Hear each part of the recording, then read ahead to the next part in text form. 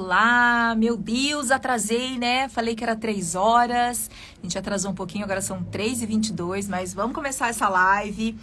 Hoje o papo é bem legal, a gente vai falar sobre constelação familiar. Então, ó, já vi que aqui chegou, pode entrar, vamos lá, todo mundo que tá chegando, seja muito bem-vindo. Me conta aí, de onde vocês estão falando? Que São Paulo tá friozinho.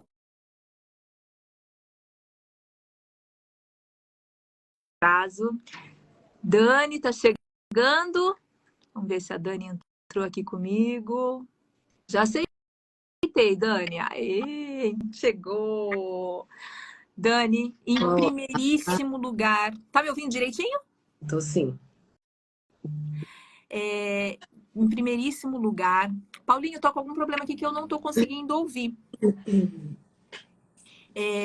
Minhas mais sinceras desculpas, a gente atrasou um pouquinho aqui, que a gente está fazendo do estúdio.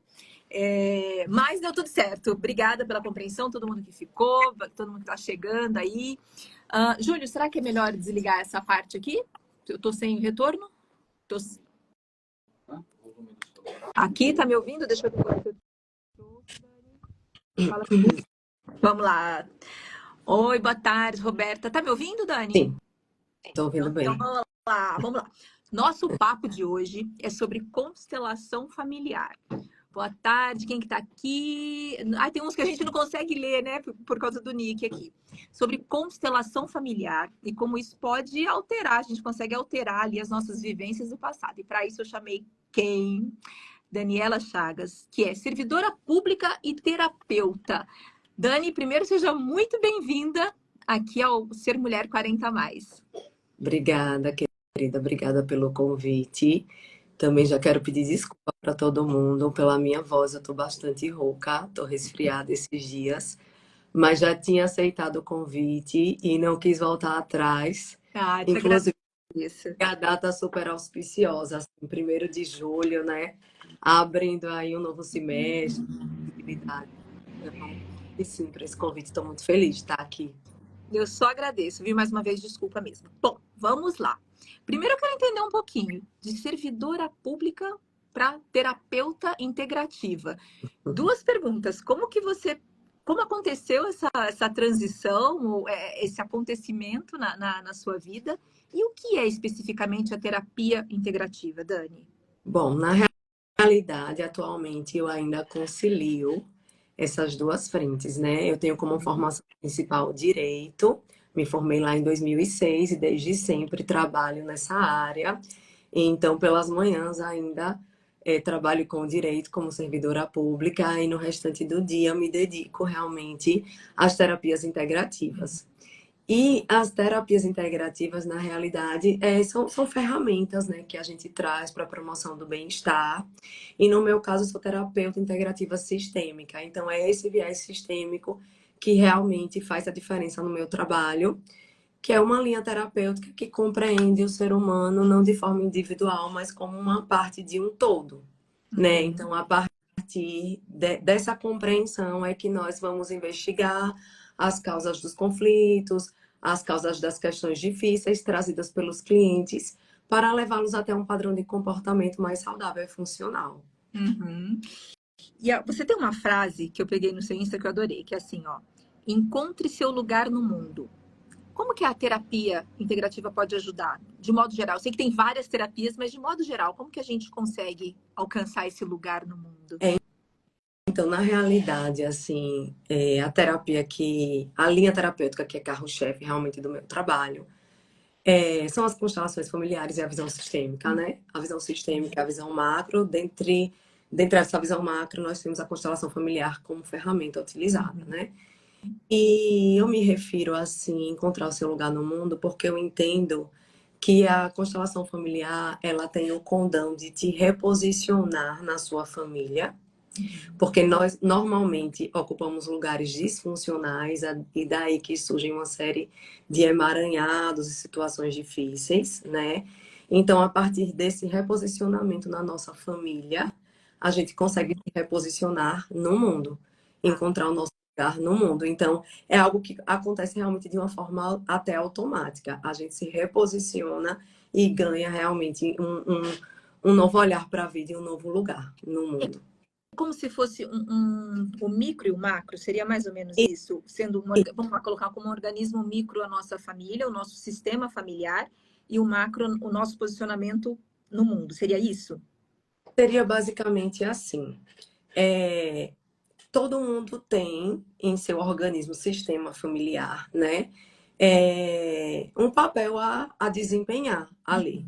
Uhum. Assim como acontece em qualquer outro sistema, seja no sistema reprodutivo, qualquer sistema do corpo humano, cada órgão ali é muito importante e desempenha é, um papel elementar, de modo que se aquele papel fica comprometido, há consequências no funcionamento desse sistema. Uhum. Da mesma forma como nós, o nosso sistema, por exemplo. Eu, como filha, devo estar ocupando o meu lugar de filha para que haja ordem naquele sistema. E nós acreditamos que o amor flui a partir da ordem. Primeiro a ordem, para depois o amor, para evitar justamente a ocorrência desses emaranhados.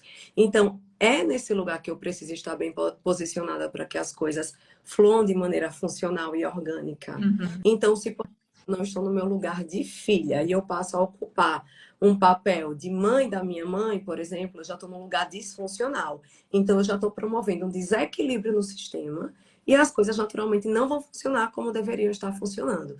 Então, eu sempre costumo falar, dar o exemplo assim também da arcada dentária, né? Tem um dente torto ali, disfuncional, que está provocando um problema na mastigação, etc.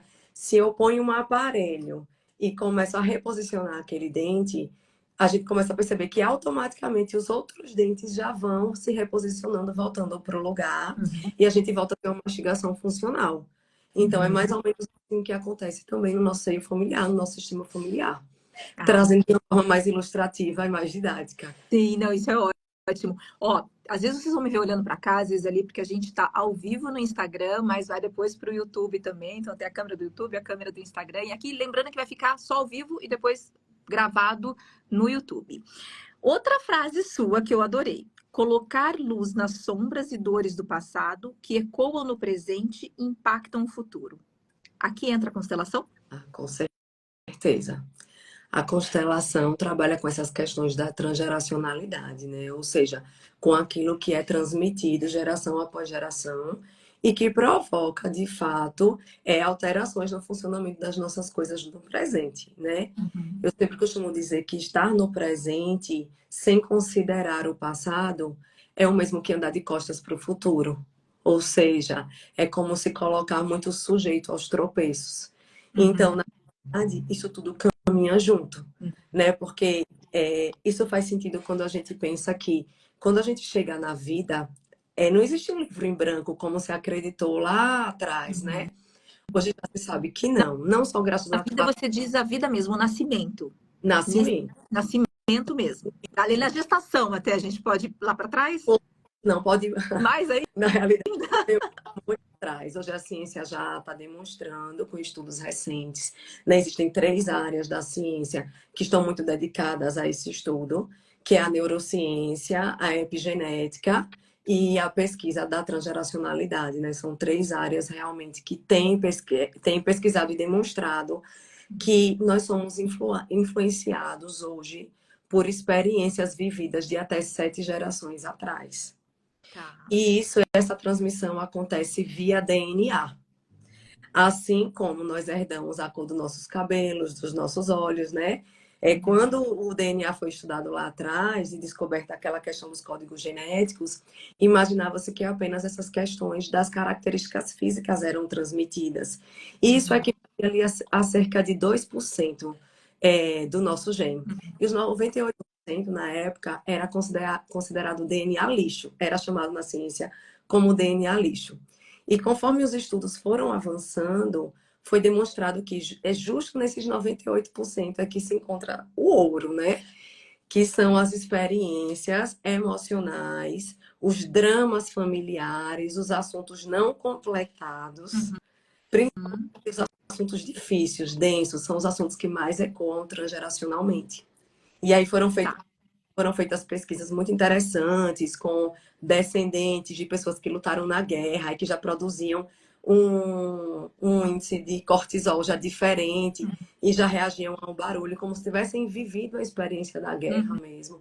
Então, assim, com o passar dos anos, a ciência tem avançado muito nessa pesquisa. E a constelação familiar é uma ferramenta que vem realmente ao encontro de tudo isso. Porque é uma ferramenta através da qual a gente traz à luz essas dinâmicas, esses padrões que estão a ecoar geração após geração. Então, como na prática, assim, a pessoa não tem, nunca fez, não conhece nada, para o leigo aqui, na prática, como que a gente executa a constelação familiar? Como que é feito isso para a gente? Porque eu acredito que muitas vezes tem coisas que acontecem na nossa vida que você percebe que, algumas você percebe que é um padrão repetitivo. Né, que você já viu, puxa, minha mãe passou por isso, ou minha avó passou por isso, e você tá, mesmo não querendo, na tua consciência não quer repetir aquilo, mas você repete o padrão. Mas tem coisas que você fala, meu Deus, isso não dá certo, tal coisa não dá certo, mas você não tem essa consciência. Quando chega a pessoa até você, como é que vem essa questão da constelação familiar para essa pessoa?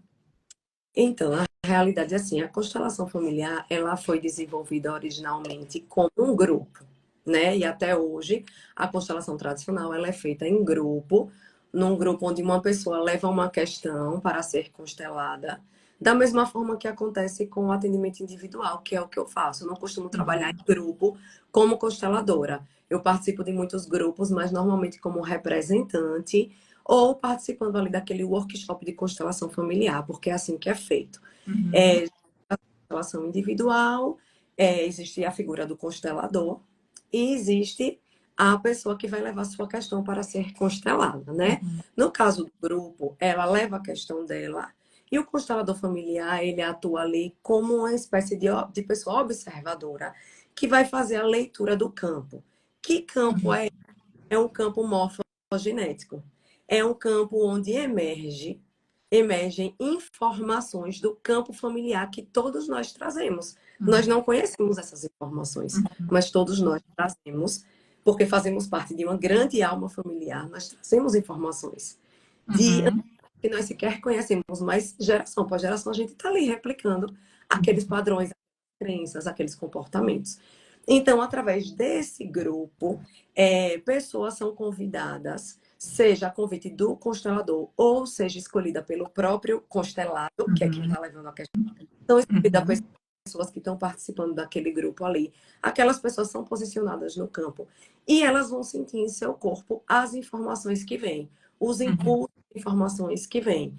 Elas estão presentes, elas não sabem que questão é aquela, elas não sabem que papel elas na família elas estão representando. Uhum. Mas o fato é que quando elas se deixam levar por esse impulso que vem dentro do campo morfogenético, elas trazem sensações, elas trazem observações e vamos ali fazendo uma configuração dessa dinâmica familiar, de Uhum. modo claro para a pessoa que dinâmica oculta, e quando eu digo oculta, eu estou me referindo a inconsciente, tá? Uhum. Que ela está atuando naquele sistema. Então, ali percebemos, por exemplo, com quem aquela pessoa está identificada no seu sistema, para imaginar que ela se comporta daquela maneira, Uhum. porque de repente ela está identificada por uma questão de lealdade familiar, que também é algo que já vem sendo estudado muito antes das constelações, Totalmente inconsciente. totalmente inconsciente o padrão. Na Uhum. realidade, a constelação familiar é muito fantástica porque ela sintetizou uma série de outras ciências e uma série de outras ferramentas que já estudavam as questões do Uhum. inconsciente. O próprio Jung, né, que é tão respeitado, falava que 95%, olha o drama, 95% das nossas atitudes são influenciadas pelo inconsciente. 95. 95. Então, isso é informação suficiente para imaginar que a gente tem uma margem de liberdade muito pequena. Uhum. Quando a gente... Então, a constelação familiar é uma ferramenta bastante útil nesse sentido de trazer à tona realmente essas possibilidades de identificação que de outra maneira a gente não conseguiria saber. Não Não fosse conseguiria se... acertar, É, né? Mas você falou, ó, quem tiver dúvida, tem uma caixinha ali, um círculo com uma interrogação, quem estiver vendo aqui pelo Instagram, deixa a pergunta que no final vou fazer para a Dani, hein? Dani, você falou nessa questão da dinâmica da constelação em grupo. E a individual? Porque você faz online, não faz? Como é que é possível, assim? Eu acredito super que a gente consiga, que tudo é energia e que a energia pode estar aqui, né? Ó, tá aqui entre a gente, que a gente está super distante. Inclusive, já até passei aqui com um tarólogo que também estava explicando essa questão que faz online. Mas na prática, a gente não tem as outras pessoas para fazerem. Aí, que elementos que você consegue usar para fazer a constelação individual? Isso. Na realidade, a gente tem uma máxima, assim, que o campo é soberano, e é bem verdade, assim. As verdades do campo, elas emergem. Então, assim, os elementos que a gente vai usar varia muito de constelador para constelador, mas o mais natural é que a gente utilize bonequinhos. Alguns consteladores usam bonequinhos de Playmobil, outros usam de madeira, enfim, isso é bem irrelevante. Podemos usar pedras, podemos usar âncoras feitas até mesmo com papel sulfite, que a pessoa pisa sobre o papel e ela acessa realmente esse campo de informação que já existe dentro dela, entende? Então, acontece dessa maneira. Então, tanto faz ser online, ou ser presencial, e a pandemia veio muito ao encontro, né? De a gente poder perceber e desenvolver novas técnicas de fazer as coisas. E isso vale para o mundo de maneira geral, né? O mundo se desenvolveu de outra maneira a partir da pandemia. Sim. E com as familiares não foi diferente. Rolou um certo ceticismo no início, até que as coisas a gente viu na prática que tudo acontecia de igual maneira. Porque, na realidade, constelação familiar não se trata de energia, como muita gente pensa. Se trata realmente de uma informação desse campo morfogenético, que são informações contidas no nosso inconsciente. Nós todos carregamos isso, entende? E que elas, então, logo nós nos disponhamos a que elas emerjam. É uma questão de posição. Tá. Tá? Então, quando o cliente está ali disposto, e eu, como consteladora disposta, eu sinto no meu corpo, movendo aqueles bonecos, e eu peço, por exemplo, para que o cliente escolha, pode ser a meu critério, pode ser a critério do cliente. E isso também varia, eu vou sentir na hora como eu vou querer fazer aquilo com a pessoa. E dali eu peço para ela escolhendo os bonecos, e eu tenho uma plataforma, que é o que delimita o campo. E ali, com os bonecos, nós vamos fazendo uma configuração que surge, né, da alma familiar do cliente. Eu vejo o cliente com muito respeito, eu olho para o cliente já integrando os pais do cliente, os ancestrais daquele cliente, né? Porque nós não somos só o que somos, né? Nós trazemos muito dos que vieram antes. Então, olha os bonequinhos, posiciona, e ali, pela forma como ele posiciona, e por outros elementos que eu, como consteladora, posso fazer a leitura, né? Eu percebo ali que dinâmica existe com quem aquele cliente ou aquela questão trazida pelo cliente está identificada. E a partir nós trazemos frases de solução e formas de reconfigurar e reposicionar aquilo para que as coisas fluam de outra maneira. Tá. E você falou, eu tenho uma perguntinha aqui antes de fazer aqui para você, ó. A constelação da Priscila, a constelação trabalha em conjunto com o psicólogo? Então, na realidade, existe hoje muita polêmica em torno disso, porque, de fato, o Conselho dos Psicólogos se insurgiram contra a utilização da técnica em consultório, em que pese eu conviver com muitos psicólogos que apliquem a constelação. Né? Na realidade, o que acontece aqui? Tecnicamente falando, a constelação familiar nasceu, sim, do campo da psicologia, porque lá atrás Bert Hellinger, que foi o sintetizador das constelações familiares, né? Ele bebeu de diversas fontes, especialmente da terapia familiar sistêmica, né? Que já de uma colega dele chamada Thea, e com quem ele conviveu muito, e ele se impressionou com aquilo. Depois com Virginia Satir, que fazia as esculturas familiares. Também com Levi Moreno, que atuava com o psicodrama. Então, Bert, convivendo com todas essas técnicas, ele juntou essas, bebeu de outras fontes, e assim sintetizou as constelações familiares e difundiu. Então, as constelações familiares já existiam antes dele, e depois da forma como ele fez, foi denominada e difundida como constelações familiares segundo Bert Hellinger, né? Então, ela nasceu do campo da psicologia, mas hoje ela não pertence ao campo da psicologia, porque ela não precisa pertencer a lugar nenhum. Na verdade, a relação familiar Ela existe por simplesmente si só. exatamente, ela não precisa pertencer a nada, mas sim, na origem, olhando para a origem, ela parte dos estudos da psicologia, sim. Tá, se você tiver uma pergunta também, coloca aqui nessa caixinha onde tem um ponto de interrogação que eu leio daqui a pouquinho. Você falou da troca de papéis no sistema familiar.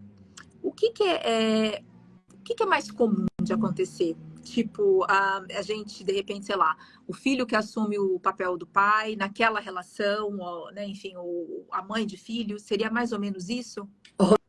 Olha, você me pergunta o que é mais comum. O comum mesmo é a gente não estar no nosso lugar. Isso é que é comum. Tá. Por isso, tanto ganhados em tantas áreas, né? É o dinheiro que chega, é a decisão que não é tomada, é uma série de conflitos que tem justamente raiz nessa disfuncionalidade, né? Nesse posicionamento equivocado que a gente tem na nossa família. Então, as dinâmicas podem ser as mais variadas possíveis. A dinâmica realmente mais comum que acontece é justamente a da parentalização, que é de os filhos assumirem na família o lugar dos pais. Então, quando é que. E isso, assim, para acontecer é. Me dá um exemplo prático. Como que a gente pode falar assim, ah, aqui está o filho assumindo o papel do pai, por exemplo? O filho assumindo o papel do pai. Vamos lá para um exemplo clássico. Os pais se separam. Aí tá lá o filho homem mais velho, normalmente acontece com o mais velho, essa é a dinâmica mais comum.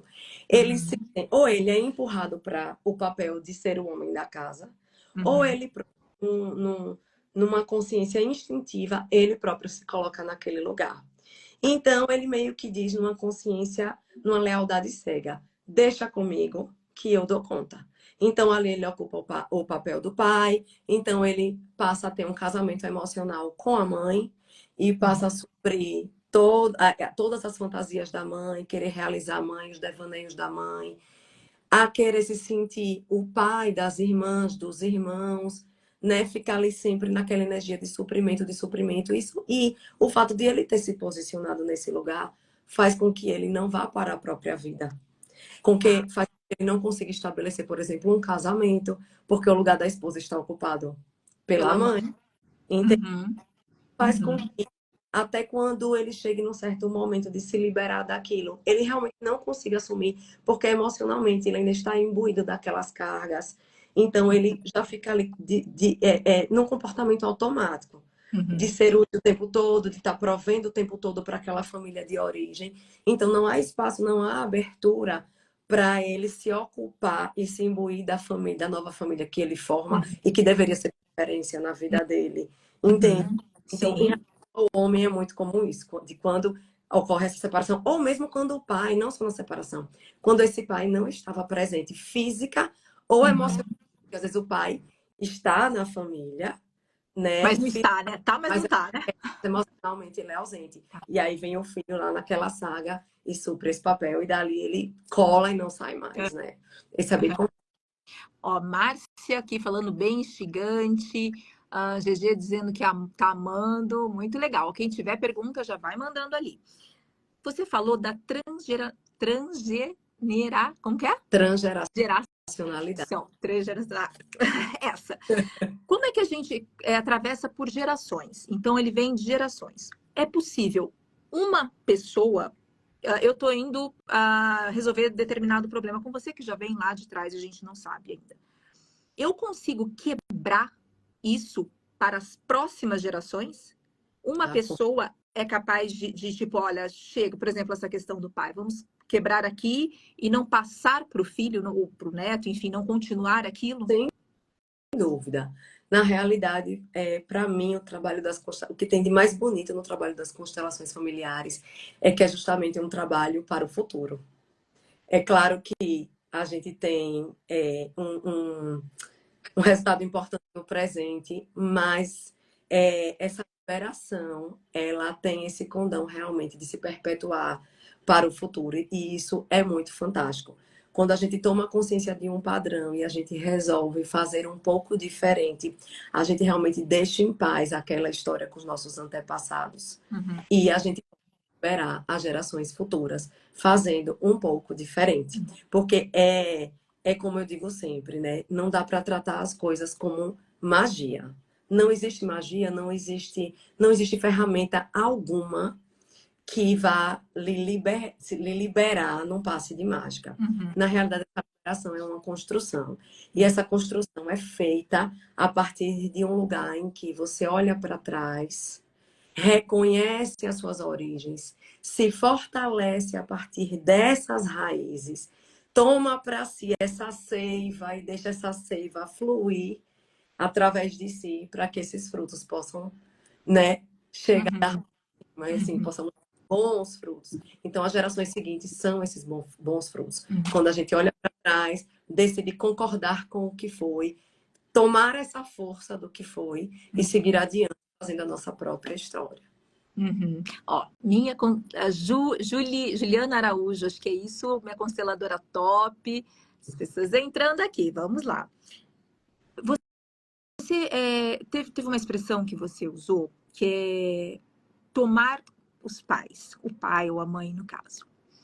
Quando a gente tem essa consciência, né? Por exemplo, você achou onde está o problema, tal. Quando a tua família, assim, não é uma família, não é perfeita, mas também não é disfuncional. Ok. E quando vem de um problema, um abandono, um pai que abandonou, isso, como é que a pessoa, né, que constelou pode passar por isso? Como é tomar? Seria aceitar ou não? É outra coisa. Na realidade, muita gente acredita que tomar é aceitar. Mas Bert dizia que tomar está para além de aceitar. E ele dizia assim, que quando a gente aceita, a gente está impondo condição. Uhum. Quando a gente toma, a gente diz sim, tal qual é. É Tá. assim que se expressa. Aceitar seria como, então, se a gente... ele tá errado, por exemplo, mas eu aceito essa maneira de ser. E tomar é mais além, seria isso? Eu aceito. Existe uma postura arrogante. Na Tá. pais não precisam ser aceitos por nós, porque eles são maiores do que nós. Uhum. Quando a gente diz assim, eu preciso aceitar, eu estou fazendo uma avaliação da situação para ver se eu vou aceitar ou não. E Uhum. tomar é engolir, tomar é dizer sim, tomar é concordar. E concordar não aceita condições. Uhum. Concordar é dizer sim para tudo que é. Com o bom, com aquilo que não é tão bom assim, é dizer sim, é concordar. E eu tomo aquilo e eu entendo que eu sou constituída daquilo e que aquilo, tal como é, tem muita força. Porque todos nós somos feitos de luz e de sombra. Então, naturalmente, nossos pais vão nos passar muitas coisas boas e coisas disfuncionais também. Uhum. E é exatamente o que todas as famílias são, sem exceção. Uhum. Só que isso constitui. E quando a gente pode aceitar isso, aceitar, digo, concordar com isso, a gente ganha muita força para ser pleno na vida.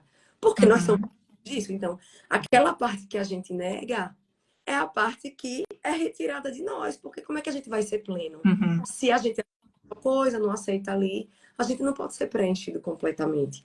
E quando a gente toma tal como é, a gente pode ser inteiro. É aquilo que Bert diz assim, ele diz que que tomar é como descansar, enfim. É essa expressão que ele Uhum. usa. Entende? Uhum. E Uhum. sono, na realidade, quando você diz assim, tem família que é mais funcional, tem família que não é funcional, na realidade, todos nós, enquanto filhos, enfrentamos sempre muitos desafios nas famílias. Então, você tem aquela família comercial de margarina, Não existe, e você né? então, e você vê, mas existem famílias de fato melhor estruturadas. Uhum. E existem aquelas famílias que são completamente desestruturadas. Mas o fato é que, para além da configuração familiar, nós enfrentamos muitos desafios. Porque nós enfrentamos os desafios da criação, mas nós enfrentamos também os desafios da gestação, de como foi essa gestação. Uhum.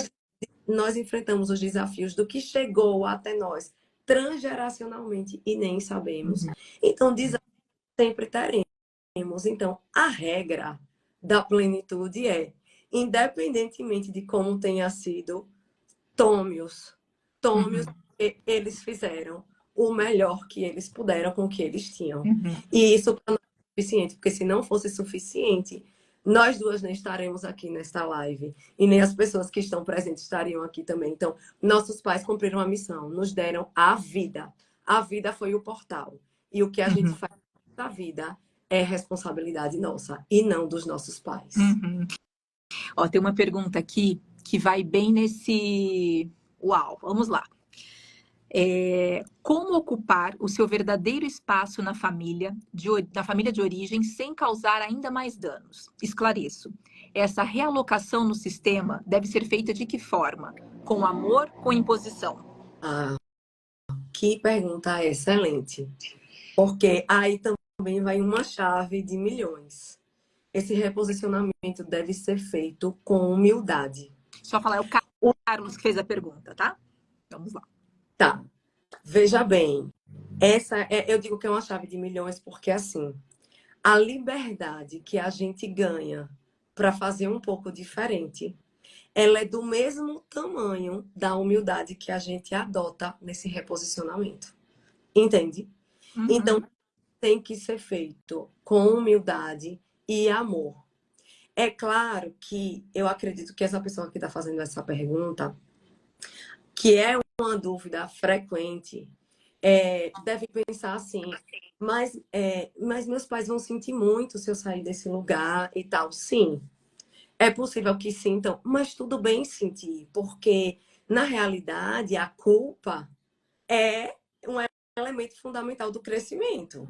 Então, se você quer crescer, se você quer adultecer, é necessário decepcionar os seus pais.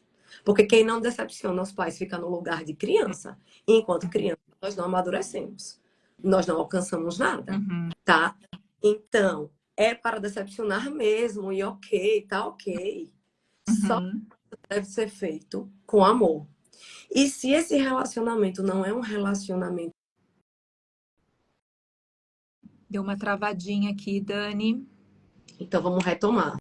Finalzinho, deu uma travadinha no final. Se não é feito um relacionamento, Então, essa transição com amor. O relacionamento não é tão fácil, se encontrar resistência, mas você entende que é necessário fazer. E dentro desse reposicionamento, são necessários distanciamentos, ainda que provisórios. Tá tudo bem que haja esse distanciamento, desde que seja um distanciamento saudável e respeitoso, amoroso. O que não se pode perder de vista é honrar e respeitar os pais. Mas honrar e respeitar os pais nem sempre vai significar conviver, porque alguns amores só são possíveis a uma certa distância. E o adulto sabe disso. O adulto sabe disso. Entende? Então, desde que isso seja feito com amor, com respeito, com humildade, tá tudo bem. Tem uma outra pergunta que acho que é nesse sentido também, que você meio que respondeu agora, mas eu vou fazer a pergunta aqui da Maria. Suspeito que minha mãe seja narcisista. Como conviver se sempre dizem que precisa de distanciamento? Sempre dizem que precisa de Distanciamento. Acho que é aquela questão de manter distância, acredito que seja isso. É que, assim, de fato, a gente é criado com uma visão muito romântica da família, né? Porque, de fato, são as pessoas que a gente mais ama e que têm um dever realmente desde sempre de nos proteger. Então, é um pouco difícil, de fato, é desafiador aceitar que quem tem o dever de nos proteger, às vezes nos exponha, às vezes nos machuque, às vezes haja com crueldade. Mas isso faz parte das relações, porque somos todos humanos. E quem o ferido fere. E nossos pais não estão Imunes a isso, né? imunes a isso. Perfeito, a palavra era imune. Nossos pais não estão imunes a isso. Então, eles também podem fazer isso conosco. Então, a gente tem que olhar de uma postura de adulto e dizer sim.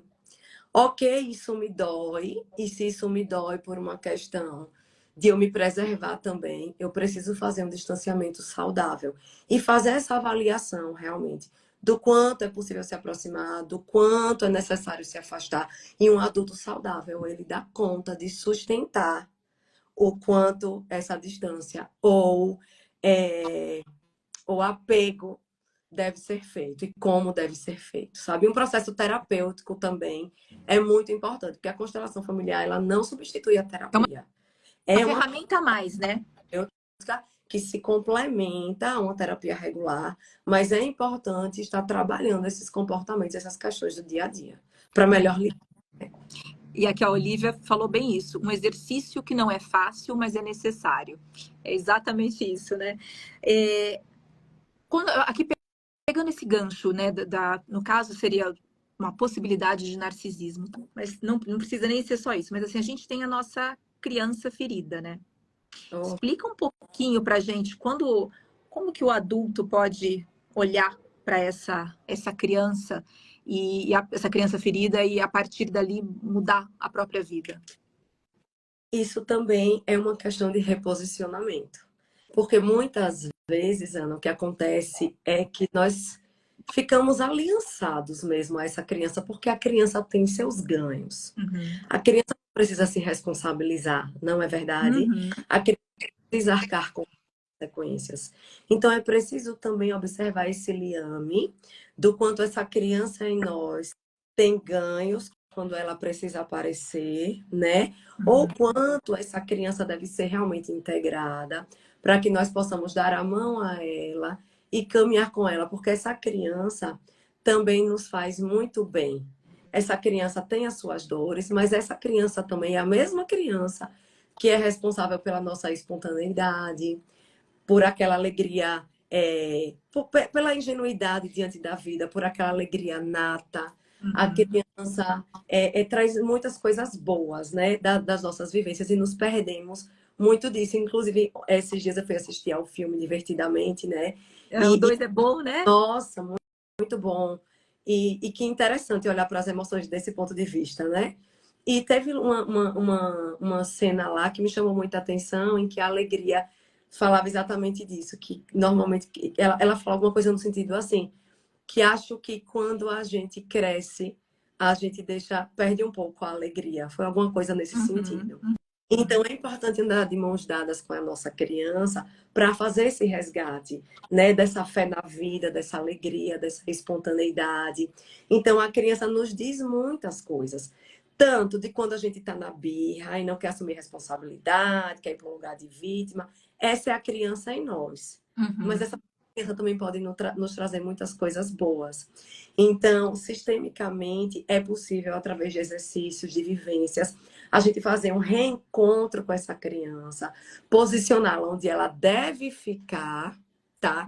Que Uhum. não é no dia a dia fazendo birra e nem atrás de compensações secundárias, mas colocá-la num lugar devido, andar de mãos dadas com ela e ter uma vida aí muito mais feliz. A visão sistêmica também nos propicia esse belo encontro aí. Vamos falar um pouquinho de culpa? Como é que funciona a gente essa culpa que, de alguma forma, seja pelo motivo que for, que trouxe ali, que a gente traz ali do passado e acaba, obviamente, interferindo, né, no presente e também no futuro. Como lidar com a culpa? Olha, na realidade, uma das coisas mais fantásticas também do trabalho das constelações familiares foi exatamente um estudo que Bert fez sobre as diferenciações da consciência, culpa e inocência. E foi muito fantástico porque, se a gente observar, como a gente. Uma das ordens do amor que Bert percebeu foi justamente o pertencimento.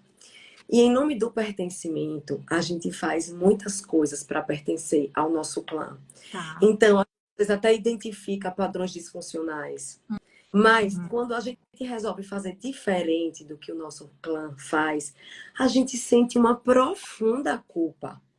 Então, para não assumir essa culpa de fazer diferente, nós fazemos igual, ainda que enxerguemos a disfuncionalidade daquilo, o prejuízo daquilo, mas pelo menos nós pertencemos quando fazemos iguais a ele. E Uhum. eles. E ali ficamos inocentes. Essa Uhum. inocência versus culpa, Uhum. entende? É o que acontece, por exemplo, com a ovelha negra. Imagine, né, a ovelha negra, Bert faz até um estudo uma observação bem interessante sobre a ovelha negra, que é aquela pessoa que resolve romper com os padrões familiares e fazer diferente. Uhum. olhar ali que naquele clã todo mundo faz do mesmo jeitinho, mas ela não quer fazer desse jeito, ela quer escolher outra profissão para assumir, ela quer outro corte de cabelo, ela quer outro comportamento, ela quer outra cidade, ela quer outro estilo de vida. Então, imagine o quanto de culpa ela tem que assumir para ser, né, diferente daquilo tudo que já... Porque o nosso senso de pertencimento é muito grande. E em nome do pertencimento fazemos coisas inimagináveis. Nós nos sacrificamos e somos infelizes a vida inteira em nome do pertencimento. É claro que isso de forma inconsciente, tá? Então, a culpa é um elemento bastante interessante porque só quem sustenta a culpa é quem adultece. E só os adultos podem ser plenos na vida. Quem não sustenta a culpa fica inocente. Não paga o preço. Mas também é realmente criança. Não tem consciência, não tem plenitude, não tem liberdade para fazer diferente. Não consegue evoluir. Não consegue evoluir. Morre no mesmo lugar. Não paga o preço. Mas também não sai do lugar. É complicado isso, né? Dani, quando, assim, uma curiosidade, quando a pessoa chega, né? Eu chego geralmente com uma questão, né, a ser trabalhada ali. Eu gosto sempre da parte prática, assim, a gente chega ali na constelação, Dani, tô com tal problema, não consigo parar no emprego, por exemplo. Não consigo, isso já vem ao longo dos anos da minha vida, sempre se repete e tal. Você trabalha primeiro esse ponto.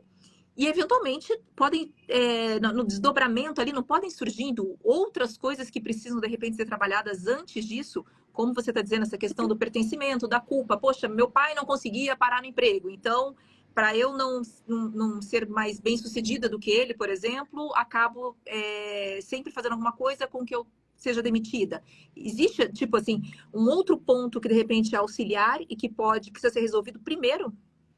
Sim. É comum que o cliente chegue. Eu sempre peço que o cliente chegue realmente com um tema, e esse tema é ligado à angústia. A angústia, para mim, é o farol, né? Do que precisa ser trabalhado. Então, só que às vezes o cliente chega tão perturbado que ele nem sabe exatamente qual é o tema. E aí fazemos ali uma pequena entrevista exploratória para chegarmos a um tema central. Só que muitas vezes acontece também de ele achar que o tema é X e naquela entrevista exploratória irmos para o tema Y. Inclusive porque eu também percebo ali naquele momento inicial que aquilo que ele acha que precisa ser trabalhado naquele momento, ele ainda não dá conta de ver. Entende? Porque a constelação familiar ela é muito cirúrgica. Então, é importante que o terapeuta perceba como aquele cliente chega. Se aquele cliente tem um ego minimamente estruturado, até que ponto o cliente dá conta realmente daquilo que emerge, entende? Então, a gente tem que fazer ali naquela entrevista exploratória um pouco dessa percepção para conduzir realmente a sessão da constelação familiar. E possa ser, inclusive, como já aconteceu, de eu não realizar a constelação familiar, de repente uma dinâmica sistêmica, ou direcionar para um processo de desenvolvimento sistêmico, que é um outro trabalho que eu tenho. Como chama? Desculpa? Como é que é? O outro? É processo de desenvolvimento sistêmico, PDS. Tá, como é que é feito? Na realidade, a diferença é basicamente que a constelação familiar ela é feita em uma sessão, tá? Enquanto que esse processo de desenvolvimento sistêmico ele pode ir de 6 a 10 sessões, pode envolver constelação familiar ou não, mas ele tem um início, meio e fim, ele é todo estruturado e pautado na visão sistêmica, entende? Tá. Já É mais amplo e a constelação vem ali para afunilando. Isso. Ó, deixa eu ver aqui, tem uma perguntinha aqui. Como é que é? Como... Ela pediu para não falar o nome, então vamos lá. Em relação à culpa da traição. Como lidar com a culpa da traição? Veja bem. Agora eu não sei se é dela, ela não falou. Não. Se você puder falar aqui, não vou falar o nome, mas se você puder mandar mais uma perguntinha falando se é ela que traiu ou se ela foi traída. Mas vamos abordar no caso dela ter traído, por exemplo. Tá. Aí também é bastante complexo, porque sistemicamente falando, a traição ela pode estar a serviço de algo maior dentro daquele relacionamento, tá? Uhum. E aí é necessário que as partes envolvidas olhem para tudo isso. E aí eu já vou falar de uma forma mais ampla. A questão do. Porque aí eu já posso falar também da questão Mas do aqui, ela perdão. acabou de mandar aqui, acabou de mandar. Ela que foi traída e não consegue perdoar. Ok, para Acho que você começo está de falando de perdão, não é isso? Para fazer o link? e esse é um tema bastante interessante, porque assim, o ponto de vista sistêmico ele se difere de todos os Uhum. outros. Primeiro, perceber o seguinte: perdão não corrige padrão, Não tá? corrige padrão? Corrige padrão. Então Tá. é interessante que se um casal que passou pela dinâmica da traição deseja ficar junto, aquele casal olhe para a dinâmica que culminou numa traição, tá? Tá. Porque, de modo geral, quando uma traição acontece, existem falhas bilaterais. Porque até que uma traição aconteça, é comum que outras pequenas traições já venham acontecendo antes. E às vezes até de ambas as partes. Como, por exemplo, trocar a atenção do parceiro por um WhatsApp Uma rede exacerbado, social, por exemplo. o homem que às vezes está muito mais preocupado com o futebol, com o trabalho, a mulher que às vezes está muito mais absorvida na dinâmica ali com os filhos e não se importa tanto com o marido. Eu estou falando, não estou trazendo justificativas, mas eu estou trazendo de dinâmicas, né? Eu lido com famílias, então de Uhum. dinâmicas que acontecem de pequenas traições até que a traição realmente aconteça. Uhum. Então, se aquele casal deseja continuar junto, é importante que olhem para a dinâmica que levou a. E aí Uhum. temos outras questões também. Para a constelação familiar, para a visão sistêmica, na realidade, o perdão é algo que acontece assim, muito de maneira unilateral. Eu perdoo como uma experiência pessoal e sigo. Agora, se eu quero continuar numa relação, e isso não vale só para a traição de casal, vale para danos familiares, relações de amizade, se houve um dano, Uhum. tá? Simples Uhum. perdão, por si só, ele não tem o condão de reparar uma relação. Porque, Uhum. imagina só, Ana, se eu falo para você, se acontecer um dano, se eu lhe causei um dano, e eu falo para você assim, Ana, você me desculpa. O que eu estou dizendo com isso, Ana? Você tira a minha culpa e você assume essa responsabilidade de continuarmos nos relacionando. Então, há uma transferência. Você me desculpa, ou seja, você tira de mim essa culpa. Ufa, fiz minha parte. Agora você está assumindo continuar se relacionando comigo ou não. Isso não Nossa, que resolve. perfeito isso. Desculpa, né? É, Tira a culpa. tipo, Perfeito, daqui perfeito. pra frente é com você se a gente vai continuar se relacionando ou não. Isso não Uhum. resolve o relacionamento. Uhum. Por lado, se eu também digo assim para você, você me perdoa, eu estou colocando na mão do outro. Eu estou quando é simples de observar. Quando eu peço perdão para você, eu estou na mesma condição de igualdade de você que você não. Eu estou numa posição de inferioridade e você está numa posição de superioridade. Aquele Então, que vai perdoar ou não. ele que vai Tá. perdoar. Quem vai perdoar se coloca num local de arrogância e de superioridade em relação ao perdoado. Uhum. Isso funciona na prática? Não. Porque quando você sai de igualdade de condições, você não promove a retecetura do tecido da reconciliação. Uhum. Entende? Sim. Porque só é possível retecer quando as duas partes estão em igualdade de condições. Uhum. Então, se eu lhe perdoo, eu não estou em igualdade de condições que você. Então, Uhum. é por isso que na visão sistêmica, né, nós dizemos assim: eu sinto muito pelo que eu lhe fiz. Porque quando eu digo assim, eu sinto muito, eu digo para você, eu acho que sei como você está se sentindo. Uhum. Então, eu já me coloco numa posição de mais igualdade em relação a você. Uhum. E através dessa empatia, talvez a gente consiga retecer Uhum.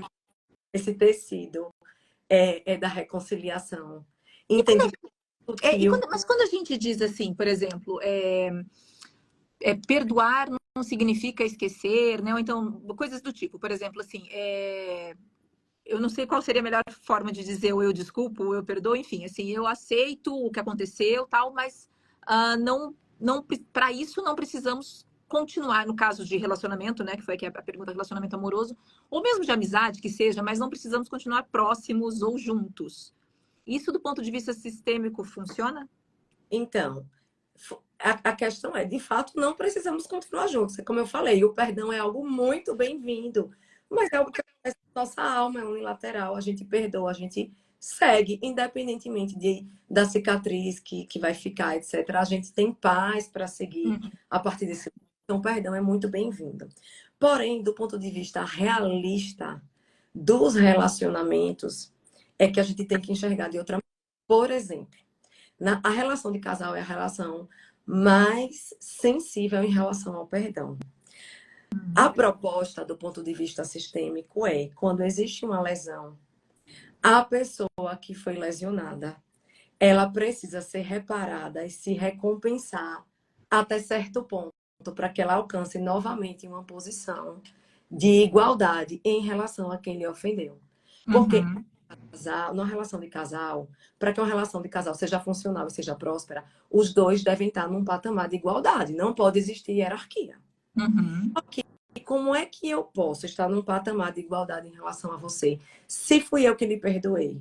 Normalmente, quem perdoa fica numa posição de arrogância e se vale dessa postura de superior para ficar jogando na cara, para ficar fazendo exigências desproporcionais o resto da vida, até que aquilo não funcione e acaba. Não é assim que acontece. Uhum. Uhum. Estamos falando de uma forma muito didática e Uhum. realista. Na prática quem foi lesado, Bert traz da seguinte maneira, quem foi lesado deve se recompensar, causando um dano, mas isso é bem sensível de dizer, Tá. um pouco menor. Não pode ser um dano maior, porque se o dano for um pouco maior, o outro também vai sentir necessidade de reparar, vai E ficar vai escalando.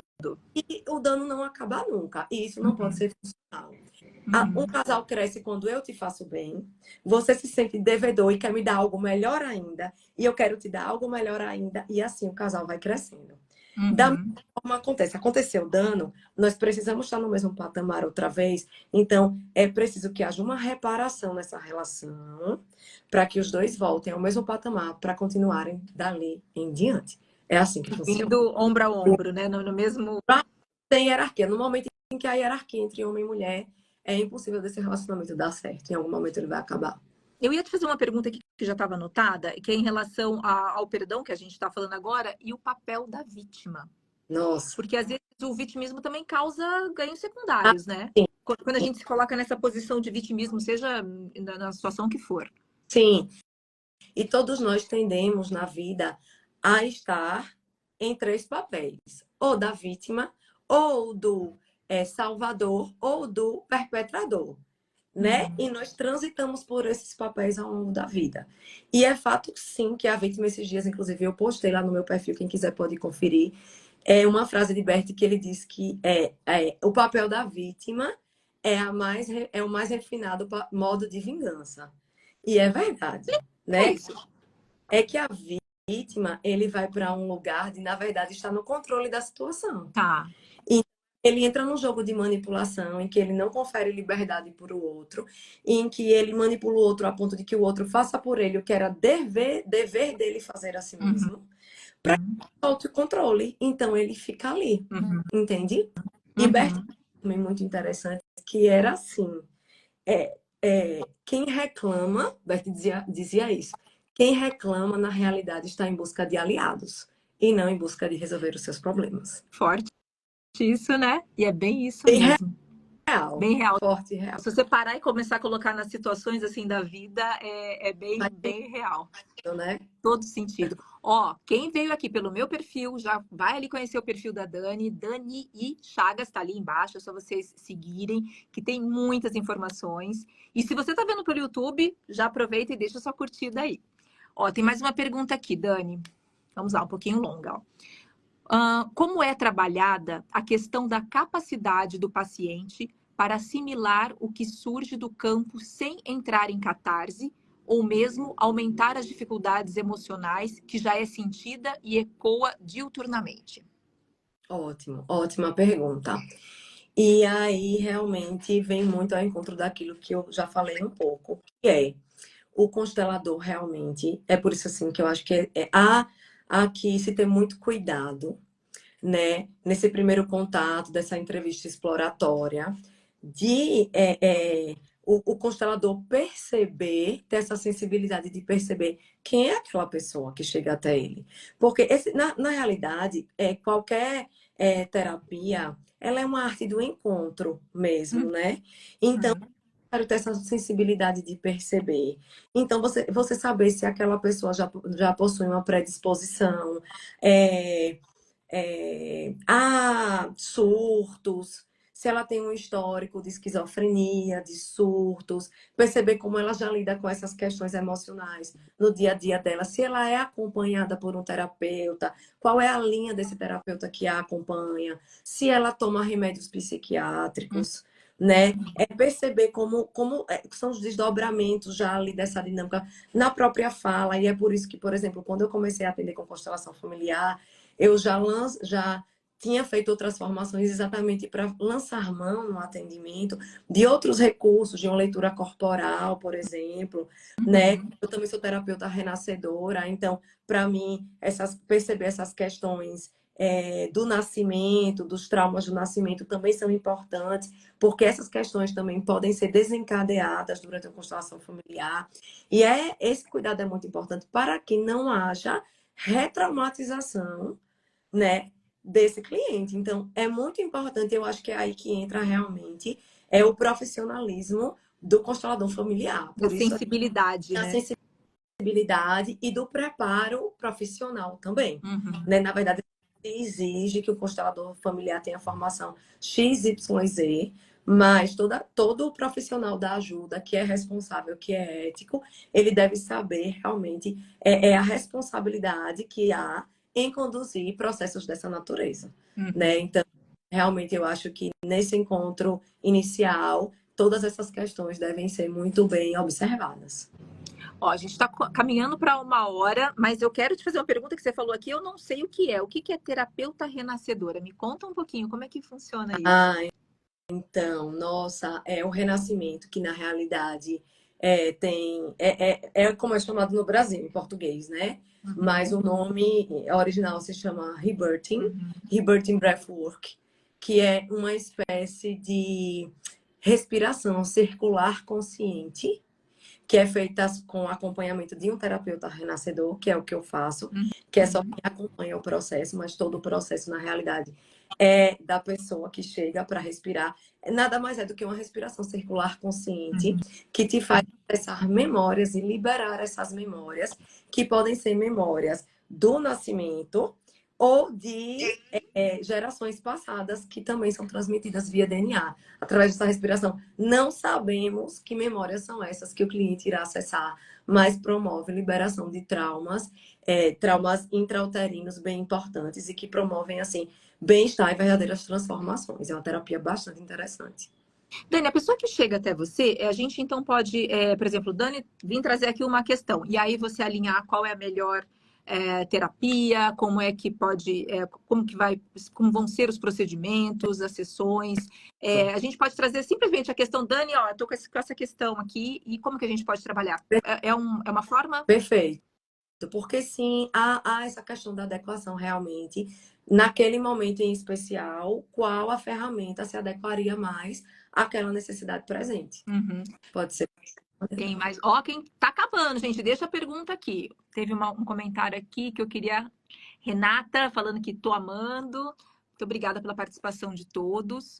Vamos ver se tem mais alguma perguntinha aqui. Acho que foram respondidas.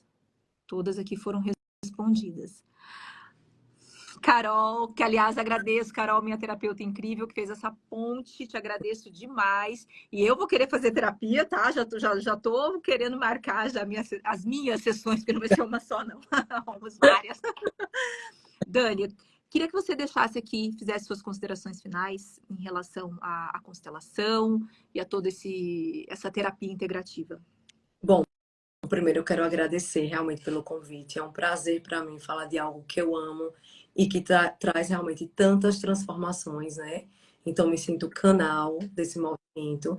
Então, agradeço a todo mundo que se dispôs. Acho que todo mundo que está aqui não está aqui por um acaso. Realmente veio trazido em busca de uma mensagem. Então, eu espero que essa mensagem tenha sido transmitida, que as pessoas tenham sido alcançadas. E acho que a gente deve sempre partir do conhece-te a ti mesmo, porque o processo de autoconhecimento, independente do tipo de terapia, da ferramenta que seja utilizada, realmente é algo transformador e que nos libera para o mais da vida. Então, assim, aconselho de olhos fechados a todo mundo entrar nessa busca, nessa caminhada que não acaba nunca, mas que nos leva realmente para um lugar de avanço. Acho que a gente está aqui para isso, né? Exatamente, evolução, né? Evolução acima de tudo.